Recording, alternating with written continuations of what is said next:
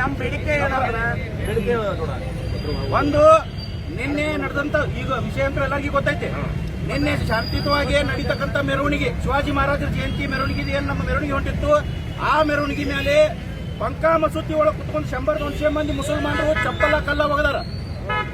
ಅಂದ್ರೆ ನಾವು ಹಿಂದೂಗಳ ಮೆರವಣಿಗೆ ಆ ಮಸೂತಿ ಮುಂದೆ ಯಾಕೆ ಹಾದು ಹೋಗತ್ತಿ ಅನ್ನುವಂತ, ಅಂದ್ರೆ ಆದ್ರಿಂದ ನಿಮ್ಮನ್ನು ಬಿಡುದಿಲ್ಲ ನಾವು ಅನಿಸುವಂತ ಒಂದು ಹುನ್ನಾರ ಇದೆ. ಅದಕ್ಕೆ ನಾವು ಇಲಾಖೆಯವರಿಗೆ ನೇರವಾಗಿ ಹೇಳ್ತೀವಿ. ನಿನ್ನೆ ಅಲ್ಲಿ ಯಾರು ಇರ್ಲಾರ್ದ ಈ ಘಟನೆ ನಡೆದಿಲ್ಲ. ನೇರವಾಗಿ SP ಅಲ್ಲಿದ್ರು, CPI ಅಲ್ಲಿದ್ರು, PSI ಅಲ್ಲಿದ್ರು, ಪೊಲೀಸ್ ಬಂದೋಬಸ್ತಿ ಅಲ್ಲಿ ಇತ್ತು. ಅಷ್ಟು ಜನರ ಮಧ್ಯ ಕಲ್ಲ ಚಪ್ಪಲಿ ಹೋಗಿತಾರಂದ್ರೆ ಮತ್ತೆ ಅವ್ರದ್ದು ಎಷ್ಟು ಉದ್ದಾಟತನ ಐತಿ ಅನ್ನೋದನ್ನ ನಾವು ವಿಚಾರ ಮಾಡ್ಬೇಕಾಗತ್ತೆ. ಅದಕ್ಕೆ ನಾವು ಇಲ್ಲೇ ಮುಧೋಳದಿಂದ ಎಚ್ಚರಿಕೆ ಕೊಡ್ತೀವಿ. ಅದ್ರೊಳಗೆ ಅವ್ರು ಕೈ ಮಾಡ್ತಾರು, ಬರೀ ಎತ್ ಕರೀತಾರು, ಬಡಗಿ ತೋರಿಸ್ತಾರು ಮುಸಲ್ಮಾನರು. ನಾವು ಎಚ್ಚರಿಕೆ ಕೊಡ್ತೀವಿ. ಬರೀ ಬಾಗಲಕೋಟಲ್ಲ, ಮುಧೋಳ, ಜಮಖಂಡಿ, ಇಳಕಲ್ಲ, ಬದಾಮಿ ಎಲ್ಲಾ ಕಡೆಯಿಂದ ಹಿಂದೂಗಳು ಬರ್ತೀವಿ.